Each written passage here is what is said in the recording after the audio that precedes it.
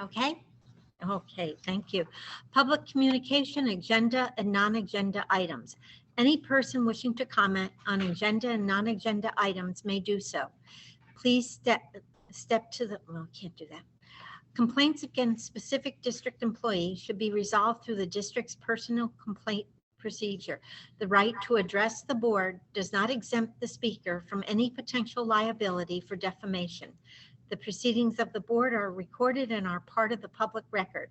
Any individual who requires disability-related accommodations or modifications, including auxiliary aids and services, in order to participate in the board meeting should contact the superintendent or designee in writing. Members of the public may address the board on agenda and non-agenda items. Members of the public are encouraged to submit public comments via email to nfox@nclusd.k12.ca.us. Comments must be received or must have been received by today at 2 o'clock, the day of the board meeting. Please limit your comments to 250 words or less. If you are unable to email a public comment, please contact Nancy Fox. Leave a phone message with your question or comment at 209-862-2933, again, prior to 2 p.m. For public comment, submit by email. Please provide the following. Okay. Approval of agenda. May I have a motion to approve agenda?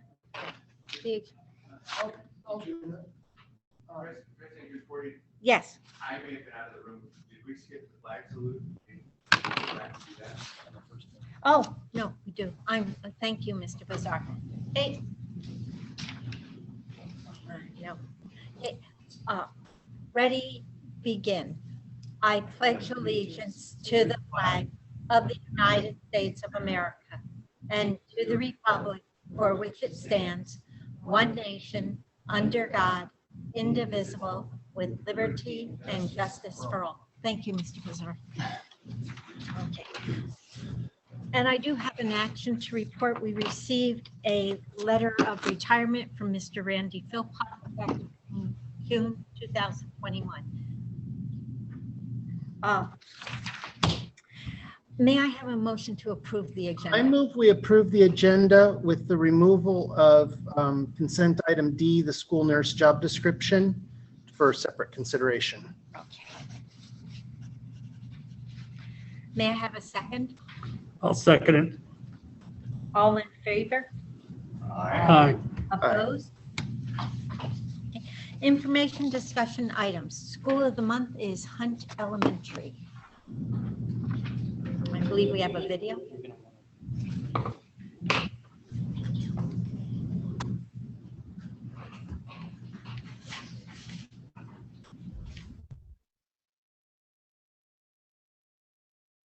Good evening. Welcome to the Hunt Elementary NCLUSD board presentation for March 8, 2021.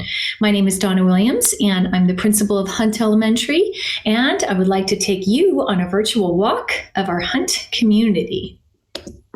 First off, I would like to start off with our Hunt vision, that all Hunt learners are critical thinkers who are respectful, responsible, and caring individuals who are prepared to become tomorrow's leaders.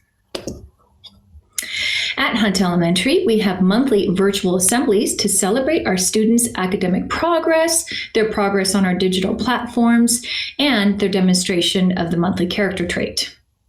At Hunt, our core values are teamwork, integrity, grit, educational excellence, relationships, and success for all. Now, for the month of January, we focused on the character trait of responsibility. At Hunt, we have a student tech team, which is run by our 5th grade teachers, Mr. Merchant and Mrs. Amador, and it's also comprised of 12 of our 5th grade students who collaborate to create digital productions for events. Here's a short little snippet of one of the videos, which was produced by our Hunt tech team on responsibility. All right, Martine, we've been talking about responsibility over the past couple of weeks. So what does responsibility mean to you? Responsibility means to me to take care of our stuff when it's our responsibility of our own.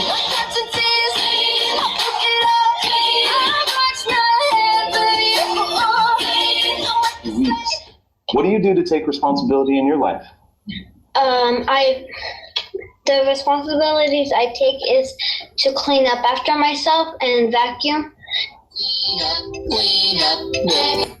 So that's just a short little snippet of one of the videos that the tech team recently made. At Hunt Elementary, we have several special events. Just last week, we hosted our Read Across America Week with students from OHS joining our Zoom classes to read stories to our students. We also hosted a Dr. Seuss themed drive-through for the pickup of student materials, which was full of excitement and prizes for our students. In the fall, we had our Harvest Fun drive-through, which was very exciting for our families. We even had the Newman Police Department join us for the event and several families that came to the drive-through. At Hunt, every month, we host a second cup of coffee evening where we review the various platforms used during the day. We have spent time teaching Google Classroom, Footsteps to Brilliance, Lexia, Stride, and other applications. We also have our counselor, Mrs. Rivera, and our behaviorist, Mrs. Rice, provide social emotional learning supports and outreach to our families. At Hunt Elementary, our food and nutritional services team has been a tremendous support to our Hunt community. Every week, Mrs. Adriana Simano and all of the food and nutritional services team work to provide meals to our families. This has been a wonderful help to our students and our school community. Our maintenance and operations team has worked especially hard this year with keeping our campus community clean and sanitized and all areas distanced with furniture. Here's a great photo of social distancing marks, which were placed by our custodians, Joel Velaz and Anthony Orozco, on the blacktop areas. Our maintenance and operations team have also helped with the lunch pickups and other events, which has been really such a great support for our site. At Hunt, we have the Intervention and Parent Supports team, which provides support to the school community, both during distance and with in-person learning. They have helped teachers with ensuring that students are logging on to Zoom or that students are attending to their Google Classroom assignments. They have also helped to create new and fun ways for students to really enjoy a socially distanced recess time. At Hunt, our SEL team with Mrs. Rivera and Mrs. Rice has been keeping busy with reaching out to families on a regular basis with social emotional learning support. We have a virtual recess, which is available to all students, and our Wellness Wednesday videos, which are posted every week for our families. Our SEL team also provides SEL lessons in each classroom, which support our character traits. And now we're going to take a little walk through our classrooms. First off, we're going to be visiting our TK and kindergarten classes with Mrs. Mendoza, Mrs. Ramirez, and Mr. Mondo. Students have been working very hard here. And I do have a video here of a kindergarten student reading, and she reads at home, and then she uploads her video to her digital portfolio for her teacher. The bone is for the dog. The carrot's for the rabbit. The corn is for the pig. The apple is for the girl.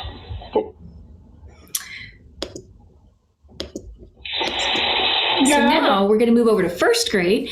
In first grade, our students have been keeping especially busy. First graders had a great time recently formulating questions for community members with their community unit. They had Zoom visits from local firefighters, from the local police department, and even the canines joined in. And we had our local board member, Mr. Paul Wallace, join in. It was such a wonderful experience, and it gave students a chance to practice creating questions. And now we're going to move on to second grade. In second grade, with Mr. Paiva and Mrs. Madrigal, students have been working hard on their math with place value and with properties of operations. They also recently completed a project where students were able to share their culture with their classmates during Zoom. This project was very, very exciting for students, and it really led to a strong writing project for the second grade. In third grade, with Mrs. Weaver and Mrs. Mendonça, students have been working hard on their reading using the benchmark text and the annotating tools. Recently, students used a new application called Pixton to create comic strips. As students make their comic strips, they get to use their avatar and they actually get to be in the comic strip. The comic strip right here that you see in this slide was done based on the monthly character trait of teamwork. In fourth grade, with Mrs. Benavides and Mrs. Lopes, students have been reading in their breakout rooms, looking for the main idea, supporting details. They've been writing together. Students are well-versed with their tech skills, and they can be found annotating their text, navigating through their stories online as they collaborate on any activity at hand. We also have students from our fourth grade who entered the National History Project with the county, which is very exciting. In fifth grade, with Mrs. Amador and Mr. Merchant, students began 2021 with reflecting on 2020 and getting SMART goals for 2021. Students researched and calculated how much they would weigh on different planets and examined the effects of sunlight, water, and air on plants that they care for at home. In addition, they used their math skills to solve math mysteries. As an extension project from the novel The Wild Robot, the students also used the engineering model to design and fabricate authentic robotic arms, nests, and installation projects. It's really been a busy trimester for our fifth grade scholars. Finally, as we conclude our virtual walk through Hunt Elementary, I would like to thank you for joining us. As we move towards our vision and mission for Hunt, we keep in mind that it really is together that we make a difference. Thank you so much for joining us. Have a wonderful evening.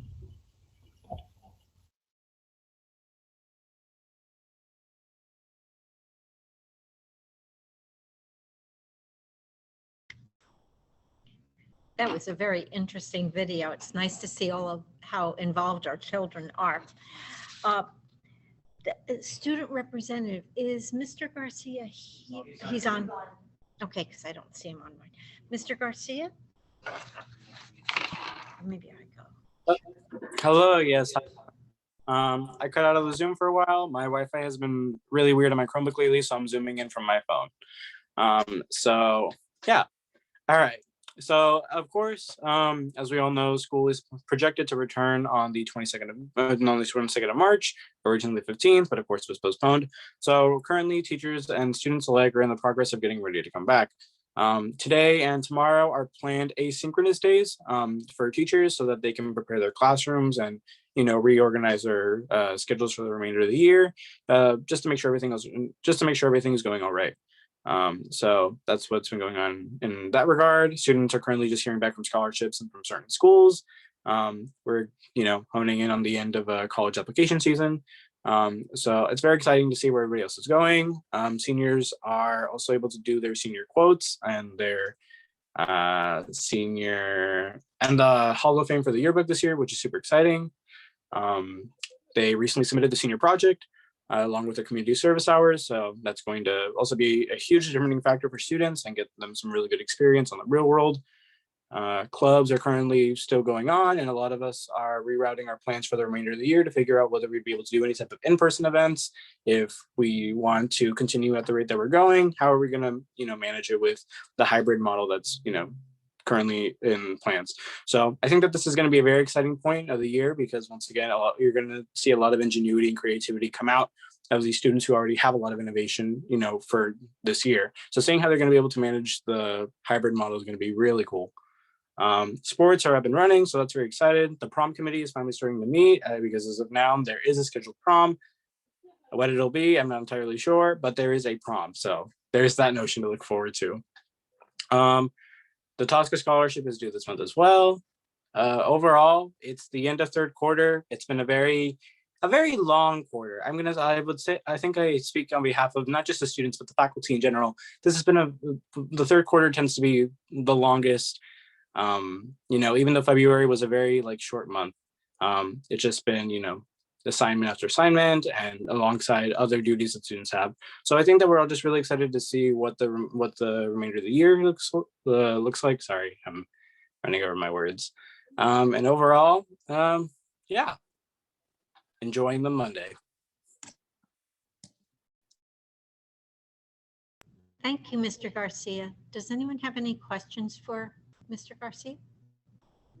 No. Thank you. Have a good day. Next week, the board has some first readings that we will be doing and more of our homework to do. And now we have the reopening update, Mr. Philpott. Oh, or is it Mrs. Betancourt? I'll start. Oh. Yeah. So, so what our plan is and has been is since the very beginning of really December was to try to reopen in March 15th. And so I can tell you we're going to successfully open elementary on March 15th. We had intended on secondary to open the same time. However, secondary requires us to be in the red tier. And although we have been, as a county, have been decreasing very quickly in case numbers per 100,000, we, until Newsom just changed the red tier, needed to be under 7 per 100,000. Now the new mark number is under 10 per 100,000. We're, as I look today, yesterday, I believe we were at about a little over 12. So it looks, all probability as we keep going down, that we'll be in time, we will be actually able to open on the 22nd. So we had some hard deadlines in terms of actually signing students up for the cohorts. It's very important that we get the cohorts set up properly, so we have busing and meals set up. We're looking forward to possibly, as things get better, maybe even opening up more after spring break. But that is our plan for right now. And we have had a variety of meetings with parents. Mrs. Betancourt has run the main one, which I'm going to ask her to kind of go over some of the key points that have happened there. And then she's also has been at most of the ones done by the elementary, mostly the sites and stuff. So, Mrs. Betancourt. Good evening. We're going to start with what's different this time around. We opened in the fall, just elementary in a hybrid model. This time around, we're using some new technology that was purchased that Edward has actually been at a site today setting up. And we've done some initial workshops with teachers. It's called an AVER auto tracking camera. Not going to get into all of the details, but it allows us to teach simultaneously to both groups of students. So the students who are actually present in the classroom physically, and then the students at home. It tracks the teacher's movements around the room. It zooms in on the teacher. It will zoom in on, if I have a poster behind me, I could literally zoom in on the poster behind me. If I move over there, it'll follow me over there. There's some setup that needs to be done. It's that tiny little camera that you see right there, and it's going to be mounted on a tripod, and Edward is going to every site this week and getting those set up. We're going to need to keep supporting the teachers on how to use them. We had a first grade teacher. I was at Barrington's parent meeting, and a first grade teacher shared her experience with it. She shared, she did a demo with her class that was at home, and they could see her move around the classroom, and they were all excited. And then when she went and sat back down in front of her Zoom, the camera, they told her, get up, go back where you were. So the kids, those are first graders, they were excited about being able to feel more like they were in a classroom environment. So that's exciting, but it's also challenging. And we're going to be working with teachers on making sure they're supported as they begin to use these cameras. They'll be in all classrooms, all the way from TK up to the 12th grade.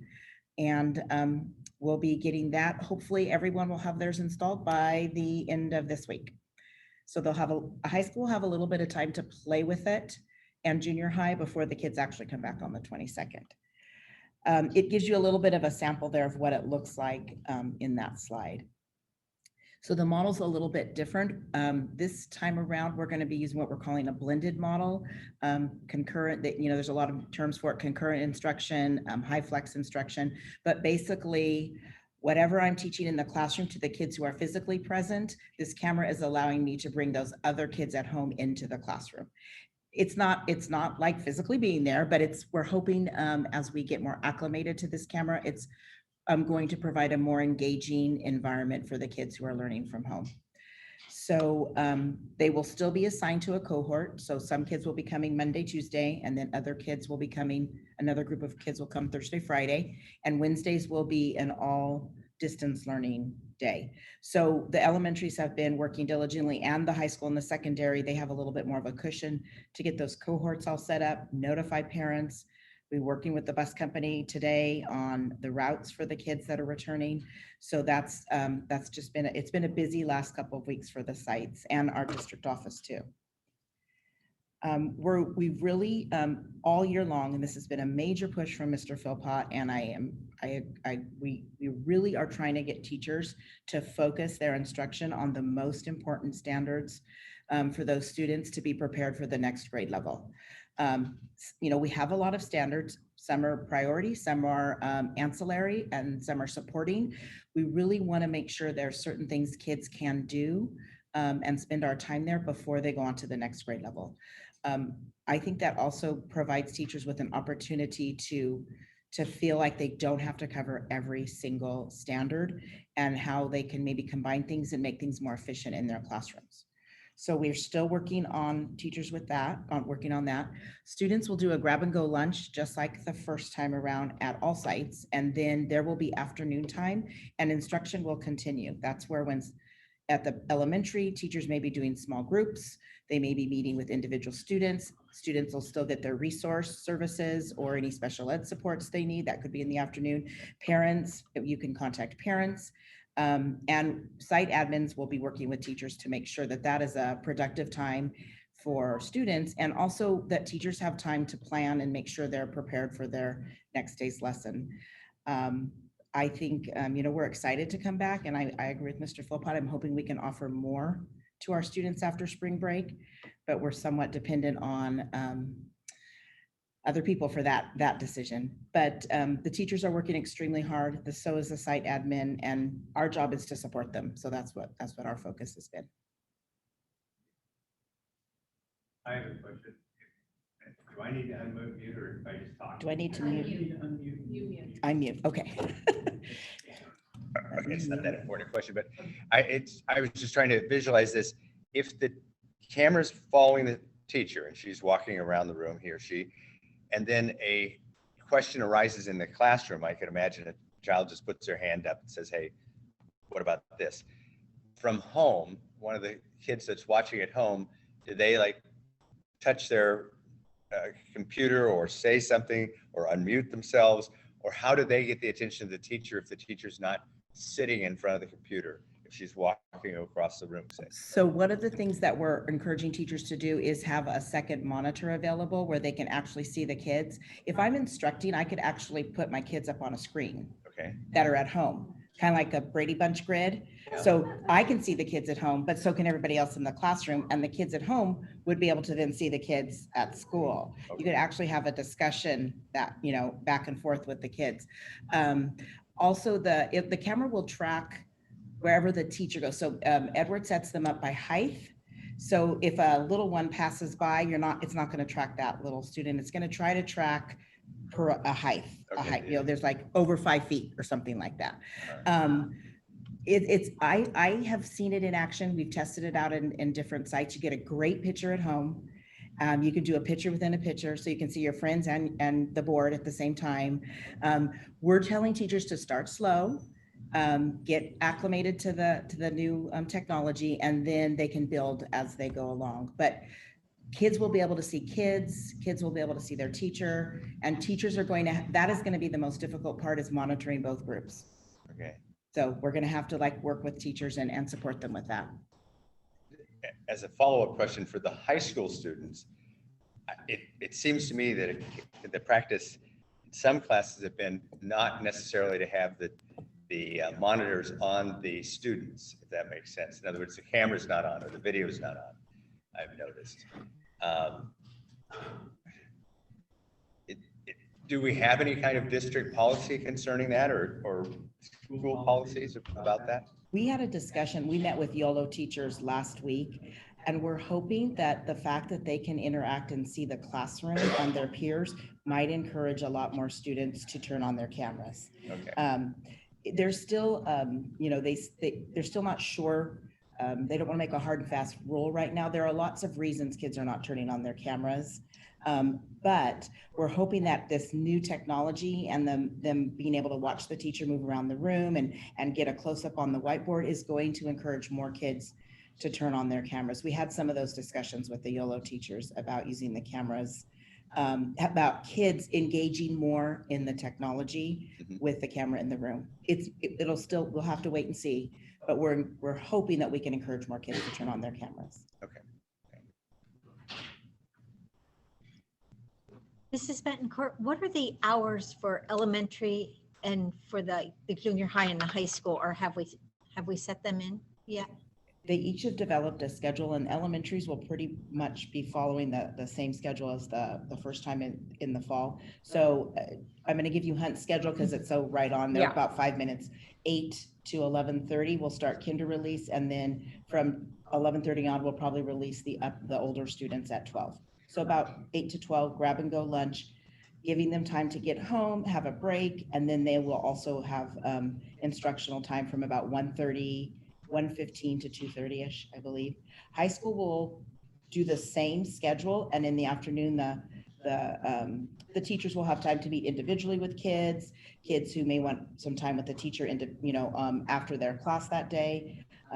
They'll structure their afternoons that way. Thank you. Are there any?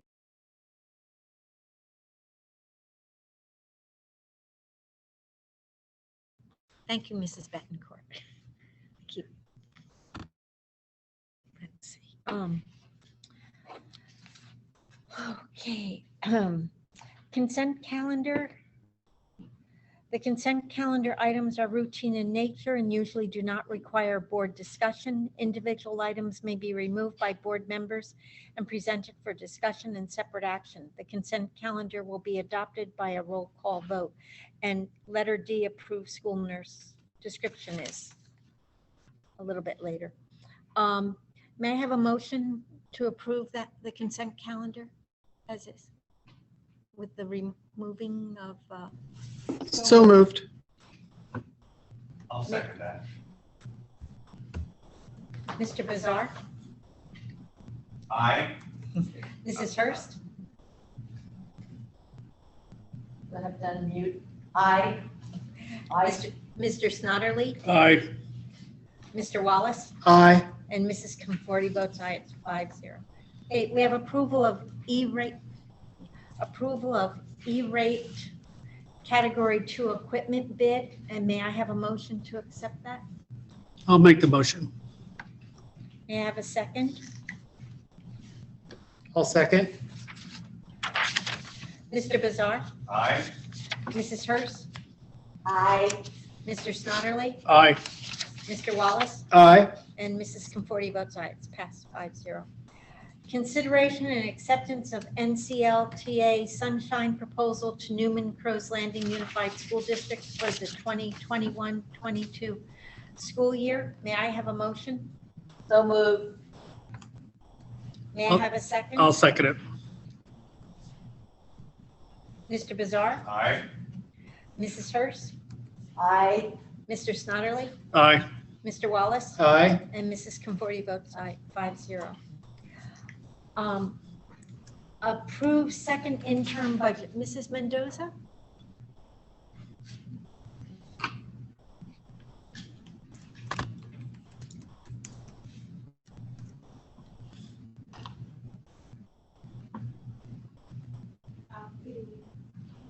So I do have some slides to show. I can see the first one. Okay. So in preparing second interim, which is all the activity of the school year from July 1st through the end of January, we use different assumptions than we used at first interim, mostly because the governor's budget has come out by now, and we factor those in for forecasting for next year. So one of the things that we need to really consider this at this time is the amount of CARES Act funding, both the first round and the incoming second round. So there's some timelines that we have to follow. The CARES Act is all one-time money. We have to think about that when we're planning our expenditures. And there's some other factors that we have to do as well. We have to have a plan for how we want to use this money strategically. The next thing we look at is we look at both attendance and we look at ADA, we look at enrollment, where we were. For this year, funding's based on 1920. And because our enrollment's been fairly steady, we're going to use that for the projection years as well. For this school year, 2021 school year, districts have to meet the minimum daily instructional minutes and they're going to prove that by maintaining a weekly engagement log for each teacher. So we've developed a spreadsheet that each teacher fills out, and they track their synchronous and asynchronous time with their students for each period. So the high school and the middle school have one for each class, and then the elementary schools just have one for their class for each week. And then we put in the STIRS on behalf calculation at second interim, and the STIRS on behalf calculation this year is expected to be about 2.7 million. So that added 2.7 million in restricted revenue and restricted expenditures, because it's just a wash. And it increases the amount that you need for the reserve for economic uncertainty by about 222,000 because your expenditures go up. So the other considerations is you recalculate your LCFF calculation. Watching the unduplicated counts this year has been very challenging. The state changed their mind several times when we were doing the unduplicated counts. What we're counting is English learners, which we classified quite a few English learners this year again. So that number goes down. Because we're not in school and meals are free, we're having a more challenging time having families apply for free and reduced lunch, so we don't have that indicator. The state came out at the last minute, literally in November, with an alternative way to track that. So we did all of that, but now people think that they filled out a lunch form and they still haven't. And now with pandemic, EBT benefits are tied to that as well. So it's been a very challenging year, and it will be a challenging year as we go into next year. Cash flow projections, the county is recommending that we do cash flow projections not only for this year, but for next year as well, to make sure that we can survive with the deferrals. Even though the governor's proposal there, he was talking about doing away with a lot of the deferrals, that isn't going to affect until next year. And so the deferrals that started in February are still going to be into effect. So when we build a budget, in this time of year, we start building for next year. And then in the interim periods, we look at things and make adjustments. So first, I always start with revenue. I want to know how much money we're going to have so we know how much money we can budget to spend. The first thing is there is a calculator tool to calculate the amount of LCFF funding that we get. And the main factors for calculating that are ADA, enrollment, the unduplicated count, and the most recent taxes. The state aid comes in, the state aid that's calculated by the LCFF, property taxes are paid first. So when property taxes go up, state aid goes down and vice versa. So we look at taxes in December, in April, and then at the end of the summer. We look at lottery allocations because they are allocated on a per ADA basis. And then we look at categorical programs. Historically, what have we gotten? We kind of base it off that, and then we make any adjustments however they're calculated. Some are calculated by ADA, some have other factors. And then you have to have a basic understanding of what can you use each of these different categorical programs for. And then for expenditures, the biggest expenditure obviously is staffing. So that's where I spend a lot of my time is developing staffing. In budget development, which I'm starting right now, is we use current actual salaries. We look at the position control, which is basically you have a position and each position has a number. So you track each one. Is it filled? Is it vacant? Does it need to be filled? And you use the actual cost that payroll is paying out for that position and how much is it going to cost next year. So using the current actual, then we say, are we going to have all of these positions next year? Are we going to need to add any positions? Are we going to get rid of any positions? Things like that. We look at replacement costs. If we know we have resignations or retirements, is it going to be replaced at an equal amount? Is it going to be less? Is it going to be a younger person, a less veteran person coming in? So we can cost that out as well. So at the interim, which is now, we adjust for any changes. Do we have to hire a resource teacher mid-year? We add that into the budget. We didn't necessarily plan for that, but we needed that to happen because of caseloads. So then we make those adjustments.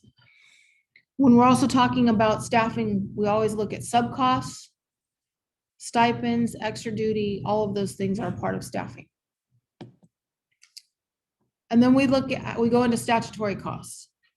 So right this year, it was 19.36% for certificated. So for every dollar, you're doing almost 20 cents for statutory benefits, and it's 30 cents for classified. Health benefits, I budget on the actual for continuing employees that are eligible. We know that they typically don't change their plans, so we roll that forward. I don't like to budget the cap for every single employee because I don't want to take up money in the budget for people that aren't going to use the whole cap. When we're expecting a new employee, then I budget the whole cap until we realize what they're going to take. And that's the most conservative approach. And then after open enrollment, we adjust those numbers again. We look at the collective bargaining agreements. If an agreement is imminent toward the end of the year, we factor that in. If it's not, then we have to file something with the county anyways, and then we do the adjustment there. For instructional materials and outside services, we look at pending curriculum adoptions, software licensing renewals. We have those on a time schedule, and Chromebook replacements. Those are our biggest three. Lottery, we divide out to the sites on a per classroom basis, and that is the site discretionary. And then there's the Prop 20 lottery, which is restricted, and that goes first toward curriculum adoptions. Then we look at one-time or specific purpose funding for one-time purposes like CARES Act, ag incentive, career technical ed, things like that.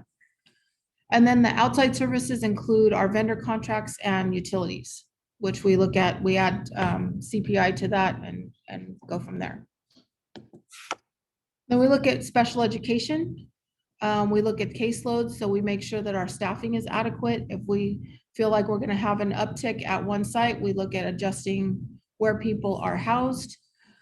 We look at our regionalized services in the fall to see if we're looking at any takebacks. If we have a large concentration of students that are getting an outside service, could we provide that more cost effectively ourselves?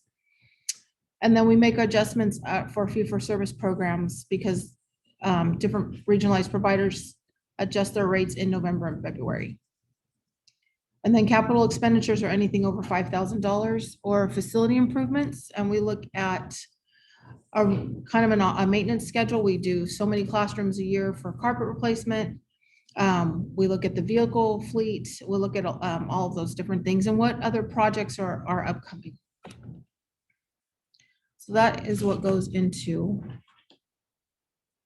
these numbers that I will present to you. So At this point in the year, we started with revenue of about 39 million. You remember we were looking at about a 10% decrease in funding this year, and that was not realized. And now we're looking at about almost 47 million. And this does not even include the CARES Act 2 funding or the next round of GEAR funding or any other state aid that we don't know how much we're going to get. We still have not incorporated that. Expenditures, we had budgeted fairly conservatively. And now we're up to we've added about 4.5 million because of the additional funding that we've received. So our multi-year projection, we're in a fairly good position right now. And this is going to change. I have to tell you, you have to take this with a grain of salt because there are a lot of things that weren't factored in here. And in any projection, it's a moment in time. And you wait 5 minutes, it could change. So this is, I would not say that this is the best multi-year projection I've ever put out, just because I knew going into it, we didn't have all the information that we know is coming. And that'll be something we look at when we're doing the budget for next year. We'll have a more complete picture of where we're going to end. So the first round of CARES Act funding, we had to spend 2.8 million of the 3.5 million that we received by December 30th. We did that. And now we really have, I think, expended probably 95% of this first amount. So we used it for PPE, testing protocols, some transportation, some additional software. We did the virtual outdoor ed for YOLO. And then we did purchase some additional Chromebooks, and we've had to probably periodically, we've ordered a lot of hotspots. So which we were a little concerned about having a big stockpile, but I think even ongoing, we're going to need these hotspots for kids to have access at home, even when they do return to school full time. And then we did some work on the network infrastructure to carry this whole wireless load. So now we have ESSER 2 that was just released. So California is set to get about $6.8 billion out of $54 billion for the country. And Newman is getting about 1.9 million of that. So that is not currently in the budget. So we will have, at the end of the year, we'll see that involved. And then there is what they call GEAR 2, which is also federal money, but it's given to the states and the governor gets to decide what to do with it. And then California is getting about $341 million out of the $4 billion that the country is getting. And that's going to be determined through the Budget Act. So we don't know what that's going to look like. What we have used, we've dipped into this a little bit, even though it's not budgeted. It wasn't as of this point. It is in there now. We bought the cameras that you saw earlier. We've purchased Chromebooks for next year and just some ongoing instructional supplies. We haven't budgeted the whole thing. We're kind of waiting to see what else we're going to need ongoing. So I wanted to show you this slide. We get a lot of advice from capital advisors. And I wanted to show you kind of where we're going. If you look at 1920, the purple line is where the budget came in. The green and the red are the governor's budget and the legislative analysts. They kind of go in sync. Where they thought we were about 137 billion. Then they came in when they adopted the budget at 118. So they had this big, huge drop.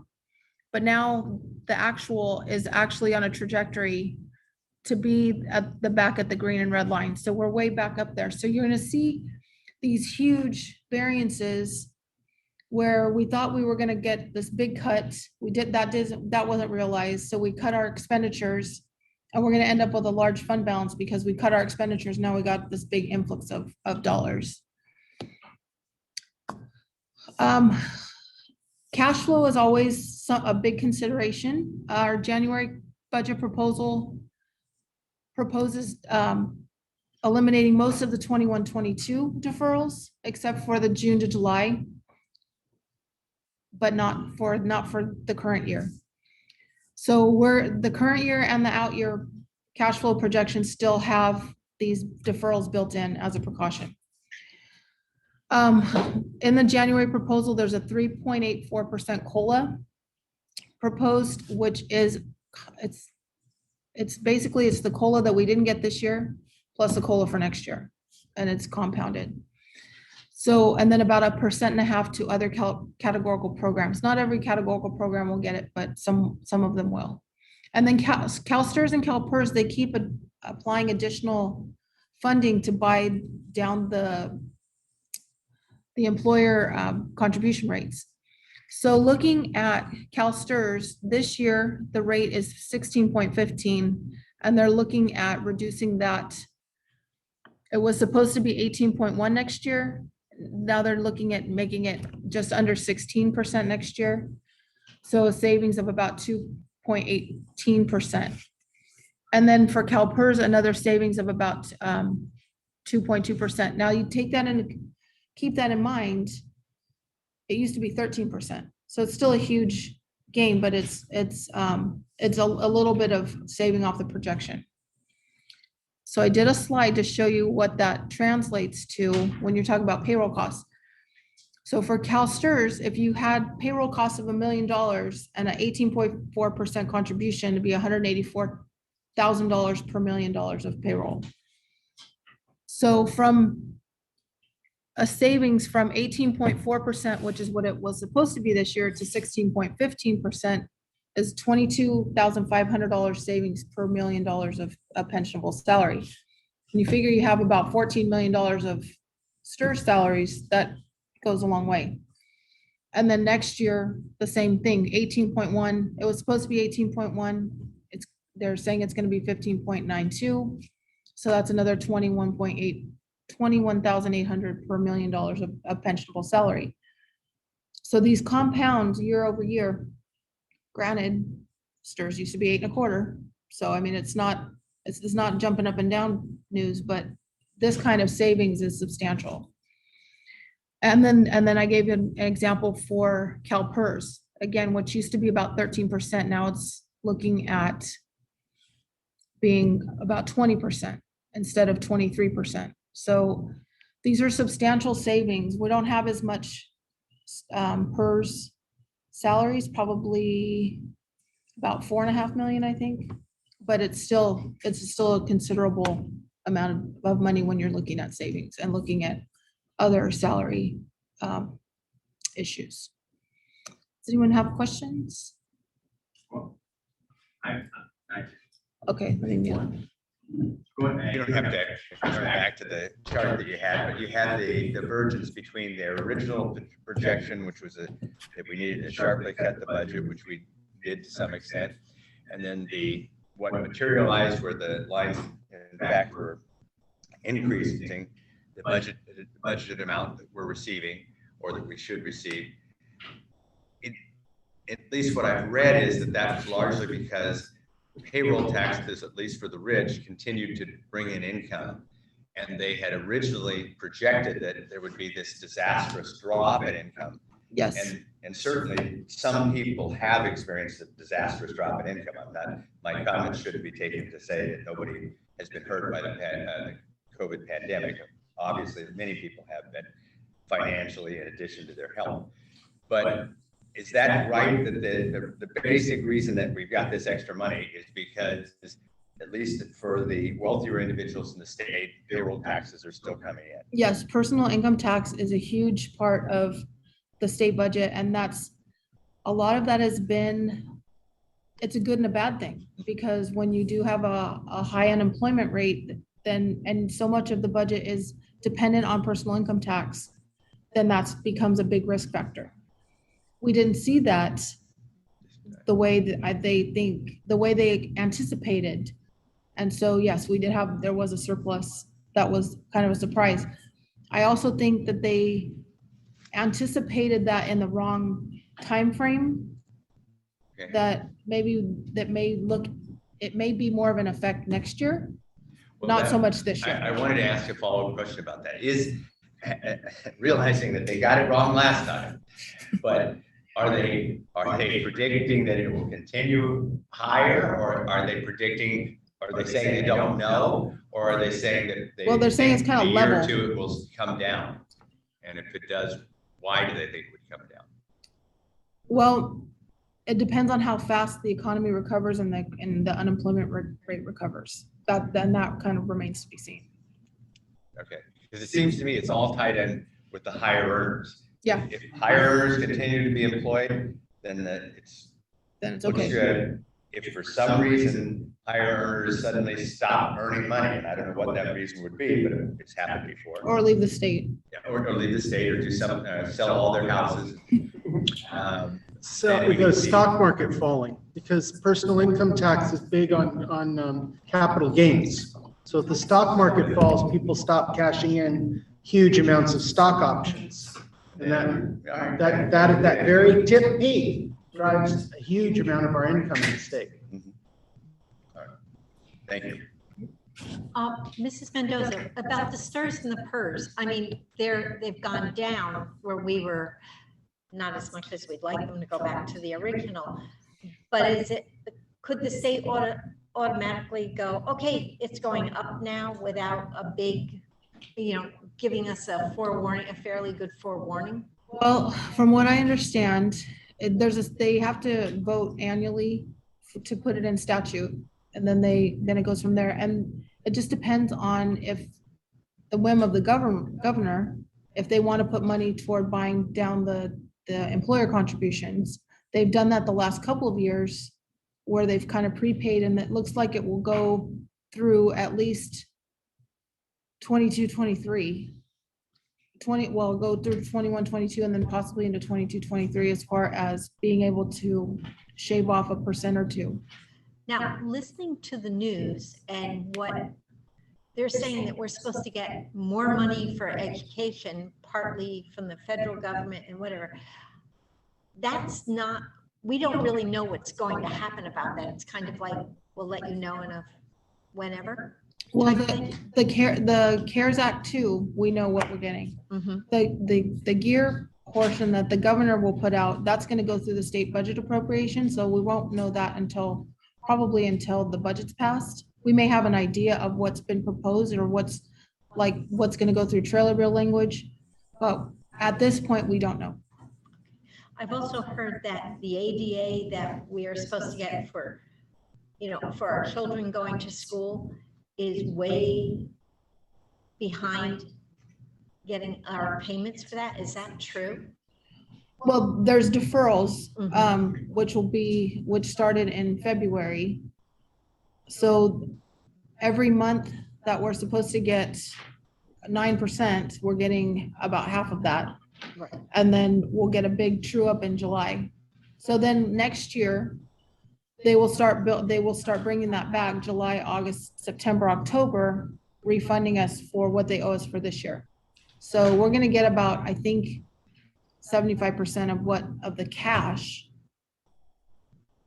that we're due this year, but they will bring it back in next year. And then the same cycle that was supposed to be part of that for next year, that's what's in the governor's proposal to take those out, so that we won't have a continuous cycle. Thank you, Mrs. Mendoza. Are there any other questions for Mrs. Mendoza? So it sounds like we're going to be doing a lot of budget for the next 2 or 3 months. Is this, or because this will also have to be spent by the end of the year or into the year The CARES next year? Act? No, there is, I want to say it's 2022. Oh, okay. So we'll have at least through the end of the next school year to do that. So that's why we're not budgeting everything right now. We'll want to look at what the priorities are going to be for next year. Part of the LCAP process, that'll be some of the funding that we talk about during that process as well, because we still have to meet all of the proportionality and the improving and increasing services to students, and all of that has to still be met through that process. Okay, thank you.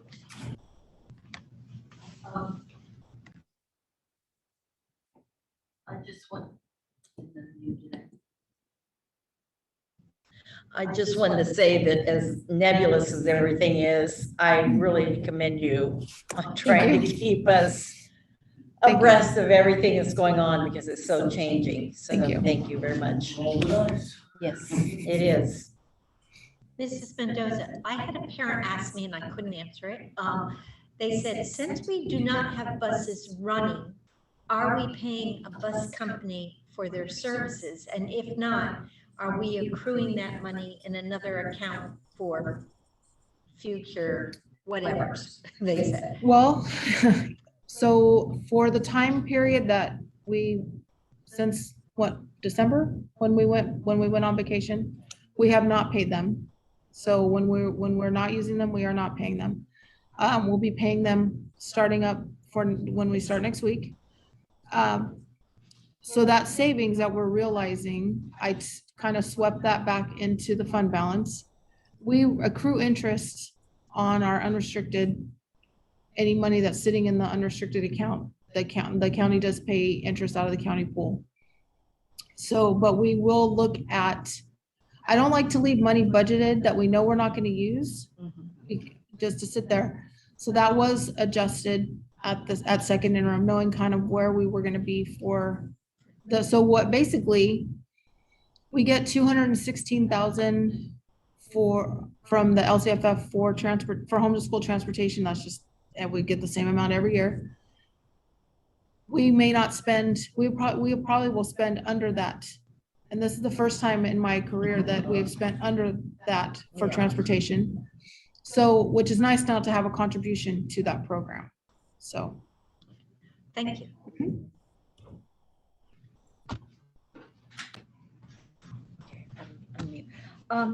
May I have someone make a motion to? So moved Oh, to approve the budget as presented. thank you. And a second? I second it. Mr. Bizarre? Aye. Mrs. Hurst? Aye. Mr. Snodderly? Aye. Mr. Wallace? Aye. And Mrs. Conforti votes aye. Passed. Next, we are going to discuss the job description for the school nurse that we removed and put here. Is there? I have some concerns about this position. I don't feel that the description that we presented reflects that this is a managerial and administrative person. When I read this job description, I came away thinking that this was going to be a person who spends their day giving nursing care to individual students. And I feel like my expectation was that our district-wide school nurse spends her day supervising a staff of 6 or 8 LVNs and hopefully some of the mental health folks that we've been adding. And I felt like if a person read this description and asked what was asked of them, or if that it didn't reflect. I think that if we had a district-wide school nurse that spent all day long attending to individual nursing children, they're probably not doing what we expect. And so I had some problems with this. I thought that it should be and so that when we define what we're searching for in a candidate, and when we look at how we reward or discipline a person, that it should fall in line. But I didn't see that in this job description. I didn't see administrative and managerial requirements. And so I would prefer to have a job description that I felt more comfortably reflected the desires for that position. This is a very similar one to what we did a couple of years ago, and I wasn't that comfortable with it then. But now we're out looking for somebody new. And I think that if somebody came in, looked at the job description and said, I'm doing a good job, we might not agree with them. So that was my concerns. Mr. Phil Hott, would you like to speak to that, or? Well, Mr. Wallace is right. The board did actually unanimously approve this job description in 2016. The only changes that we recently made to it, add some language regarding some of the school health curriculum that the person in charge of, and also to change who they report to, because previously said that the under general supervision of a director of support services. The whole purpose of any job description is to kind of give us enough flexibility that we can actually work within it. And I would caution to be too specific. I will point out that really the job actually has changed a lot since I got here. Bernice Arnett, who's our district nurse or school nurse, we only have one school nurse, was the only health person when I first got here. Subsequently, she started supervising correctly. We found that that wasn't working well over the last few years, and actually transferred the supervision to the site principals of health first and health ends with the cooperation of the school nurse or Bernice. And that seems to work very well. There is never any mention of any kind of discipline in any job description that is covered by EDCO. And I would caution again to put that type of language in a job description where it might contradict actually or hamper us in maintaining basically discipline of an employee. Never been an issue with Nurse Arnett.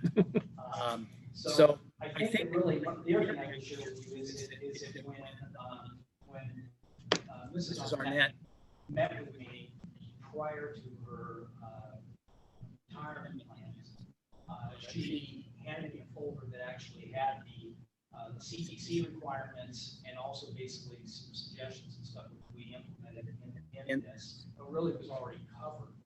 So we're really governed by CTC credentialing, which is another document that doesn't need to be repeated. Ed code, which deals with discipline, and then this is general, basically, kind of job description. I would tell you that the position is flying. It's flying right now. It's being advertised on Interim. It closes relatively soon. It is closing relatively soon.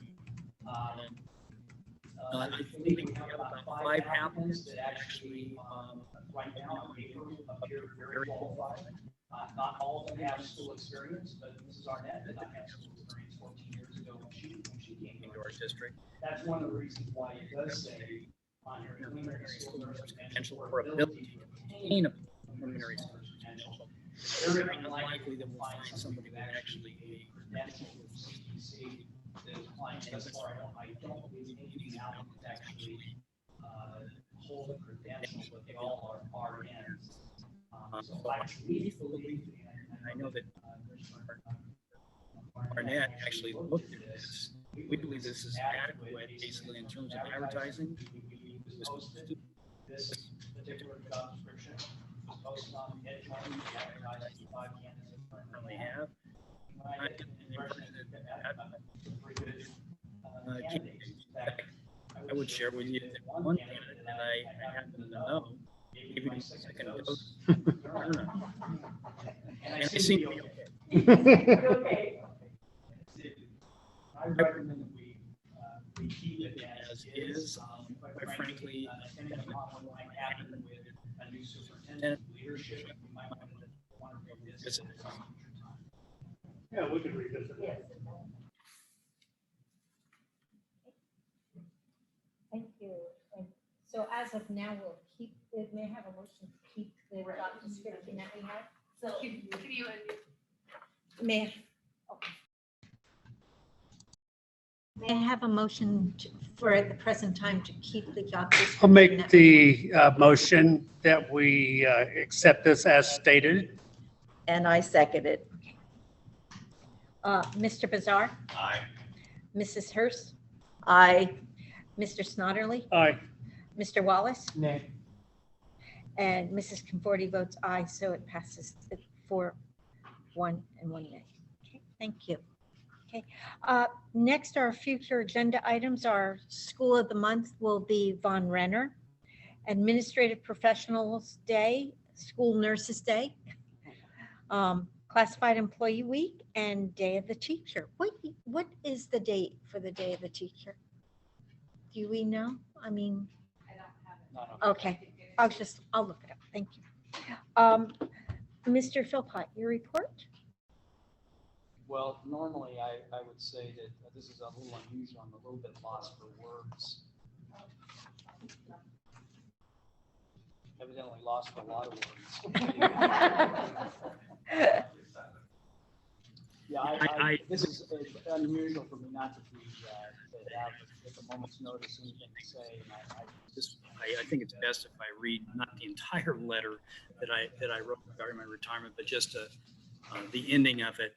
I am very optimistic about my retirement and the next phase of my life, but I am saddened by the departure from colleagues and friends that I've worked with so closely. And I can retire at this time knowing that I have given my best to NCLUSD, its families, children, teachers, and staff. My tenure here will forever be a significant part of who I am and my memories. I want to especially thank the board for the opportunity to serve and for the support that you have provided me in my leadership. And I wish only the best for NCLUSD in the future. So thank you very much. Thank you.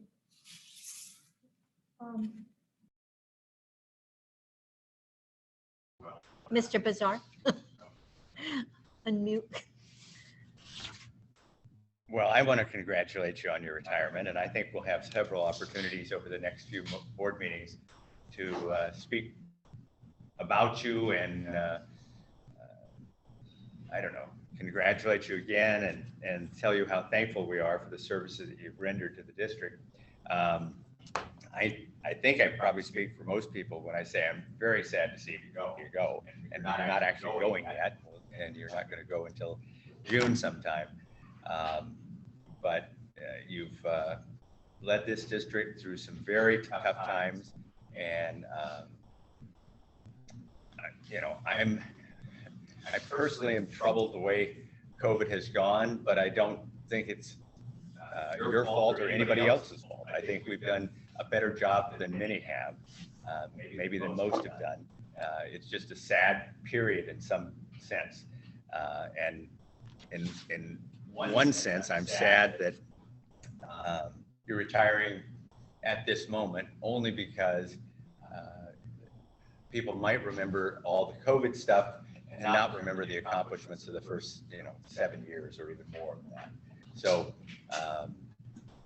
I'm going to do my best to remember the good times, not a few little bad times, and none of the bad times had much to do with you. They had to do with a virus that we were all afraid of.